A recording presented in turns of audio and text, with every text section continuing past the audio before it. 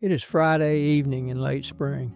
You pull into the campground, you unload the truck, and you do the first thing nearly every camper in America does. You walk down to the creek. You gather up a dozen smooth round stones, and you stack them in a circle around your fire pit.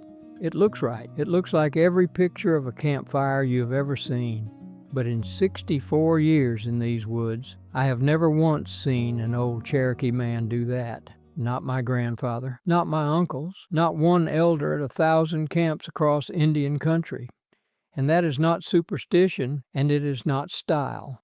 There is one specific thing a creek stone does when a fire gets hot enough, something that stone has been quietly carrying inside it for years, and it once sent a man I camped with to the emergency room with a piece of rock buried in his forearm. Stay with me to the end, because I am going to tell you exactly what happens inside that stone, the temperature where it happens, and what the old ones built around a fire instead. And on the way there, I am going to hand you 64 years of camping the way my people camped, packed into the next 12 minutes. I'm Wes Kingfisher. I'm 64 years old. I'm of Cherokee heritage, and I was raised by my grandmother Ada in the hills of eastern Oklahoma, on the same few acres where I live today. She taught me the plants and the kitchen. My grandfather and my uncles taught me the woods, and 40 years on the powwow trail taught me the rest, from the northern plains to the desert southwest. The old ones never wrote any of this down, so listen close. Now, my grandfather would tell you a camp is won or lost before the first match ever gets struck. It is won when you choose the ground. And the ground most folks choose is the prettiest spot in the whole campground, that flat little patch of grass right beside the water. That spot is a trap. Cold air is heavy, and after sundown it slides downhill like water and pools in the creek bottom. That low ground can run 10 degrees colder than the slope above it by 3 in the morning. 10 degrees, that is the difference between sleeping and shivering. The bottom also holds the damp, it holds the fog, it holds the mosquitoes, and every deer, raccoon, and skunk in those woods walks that water line at night to drink. So do what the old ones did. Walk 30 or 40 yards up the slope and find a flat bench of ground above the creek. You will sleep warmer, drier, and quieter, and you are still 1 minute from your water. And before you lay one thing down, stand on your spot and look straight up into the branches. A dead limb hanging in an oak is called a widowmaker for an honest reason. My grandfather said it plain. Look up before you look down. Now keep those creek stones sitting in the back of your mind, because we are coming back to them near the end, and I promise you the why is worth the wait. Now everything I am teaching you today, the camp, the fire, the bed, the water, comes out of a book I put together called The Native American Way, 101 Remedies, Skills, and Recipes that kept my people alive for 10,000 years. It is the knowledge my grandmother, Ada, and the elders of Indian country handed me around 1,000 fires, and I wrote it down plain, step by step, because the old ones never wrote it down, and somebody had to before it is gone. The backyard plants, and exactly how the old ones used them, the teas and salves from Ada's kitchen, the wild foods and when to gather them, the fire and shelter and water skills, and the recipes that fed the people through every winter. All of it in one book for $17, down from $47. That is less than 1 tank of gas for knowledge that was 10,000 years in the testing. Now go ahead and grab your phone and open up your camera, the same one you use to take pictures. Point it at that square code on your screen and hold it steady for a second. A little link will pop up, give it a tap, and it will take you straight to the book. And if you're watching on your phone right now, the link is waiting for you right down below in the description. Take your time, there's no rush at all. I'll wait right here. All right, your camp is on high ground, so now we build the fire, and we build it the way the old ones built it, which means smaller than you think. The first winter I spent up on the northern plains, I slept in a teepee at 20 below zero.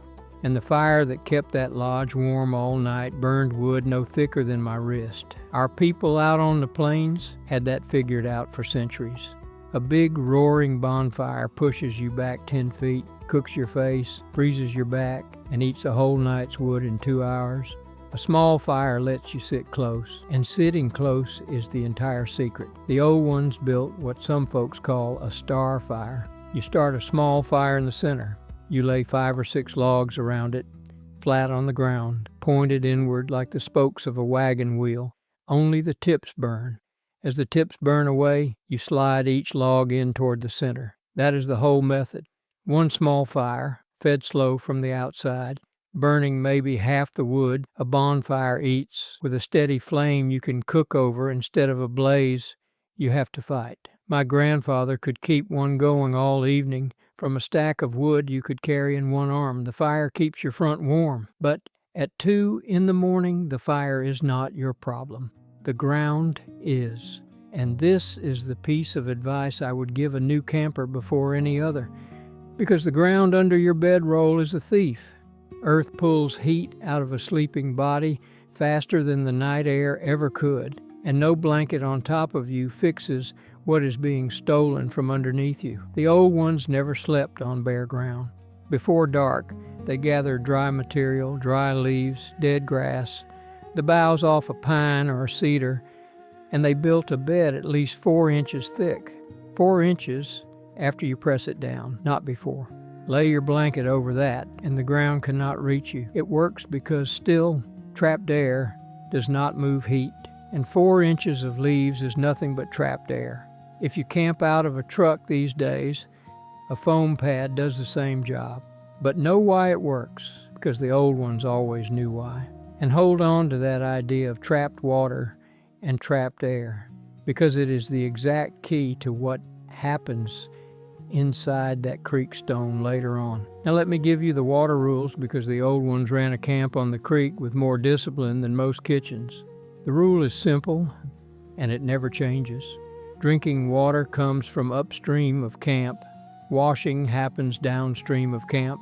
You dip your drinking water above where you sit, where nothing from your camp has touched it. You wash your pots, your hands, and your catch below camp. So everything you rinse away travels off downstream, away from your cup.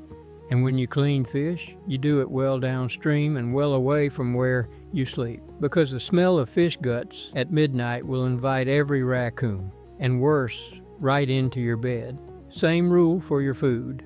It hangs, or it rides in the truck, and it never spends the night beside your head. My uncles drilled that into me before I was 10 years old. Camp clean, sleep quiet. The fire has one more job before you sleep. And this is my favorite thing to show people, because it looks like magic and it is nothing but knowledge. The old ones banked the fire. Before you turn in, you let the flames die down until you are looking at a bed of red coals. You rake those coals into a mound in the middle.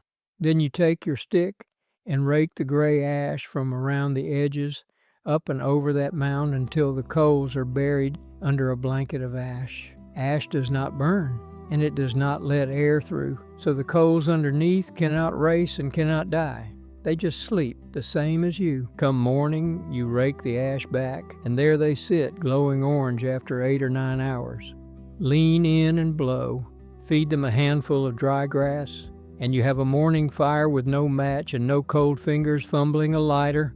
10,000 years of testing. That is the guarantee on this one. One more skill before I pay off my promise, and this one turns your campfire into a weather station. Watch your smoke tonight. If the smoke climbs straight up, tall and thin into the evening sky, the air pressure is high, and tomorrow will be fair. If the smoke will not rise, if it flattens out and hangs low and drifts along the ground through the trees, the pressure is falling, and there is rain coming, usually inside a day. The old ones read that signal every single evening, and it is the reason a camp got moved or a hide got covered the night before a storm instead of the morning after. The land tells you everything. You just have to know what you're looking at. And that brings us to the part I promised you at the start, the creek stones. Why did my grandfather, my uncles, and every elder I ever camped with leave those pretty round stones right there in the water, because a creek stone has spent years, sometimes centuries, soaking. Rock like that is not solid the way it looks. It is full of tiny pores, and water has worked its way deep into every one of them. The outside dries in an afternoon on your fire ring. The inside stays wet. Then you light your fire, and the base of a good campfire runs 600 to 800 degrees. The water trapped deep in that stone hits 212 degrees Fahrenheit. And at 212 degrees, water turns to steam, and steam demands over 1,000 times the space the water took up. Inside solid rock, there is no space to give. The pressure builds until the stone lets go all at once, and it does not crack politely. It bursts, and it throws hot, sharp pieces of rock in every direction. That is what happened one night years ago on the trail, when a man camped near us ringed his fire from the riverbed, and a stone let go and put a piece of itself through his forearm. So what did the old ones do instead? They cleared the ground. You scrape a circle about 6 feet across down to bare mineral soil. No leaves, no grass, no roots, nothing that burns. The bare earth is the fire break. It was never the rocks. The ring of stones is a decoration white settlers made a habit, and the cleared circle is the actual safety, 10,000 years proven. And if you truly want rock around a fire, take dry rock from high ground, off a ridge that has baked in the sun, and never ever from the water. And that is the kind of thing my grandmother's people handed down for free. Fire to fire, voice to voice, until the chain got broken. There are 101 pieces of knowledge like that in the Native American way, written out plain so they do not die with me. The remedies, the wild foods, the survival skills, and the kitchen, all in one book for $17 instead of $47. Set that against one trip down the pharmacy aisle or one visit to the sporting goods store, and the book pays for itself the first time you use it. Now go ahead and grab your phone and open up your camera, the same one you use to take pictures. Point it at that square code on your screen and hold it steady for a second. A little link will pop up. Give it a tap and it will take you straight to the book. And if you are watching on your phone right now, the link is waiting for you right down below in the description. Take your time. There is no rush at all. I'll wait right here. So keep out of the bottoms, keep the fire small, keep 4 inches of dry bed under your back, bank your coals, watch your smoke, and leave the creek stones in the creek. Now tell me in the comments where your people are from. And if there is native blood in your family line, like there is in so many American families, I would be honored to hear the story. I read every single one. Next time I am going to show you the one pine tree growing in nearly every state in this country, and the 3 things the old ones pulled from that single tree: a hot tea, a wound dressing, and a fire starter that lights in the rain. Wado, my friends, that means thank you. Walk easy, and I'll see you down the trail.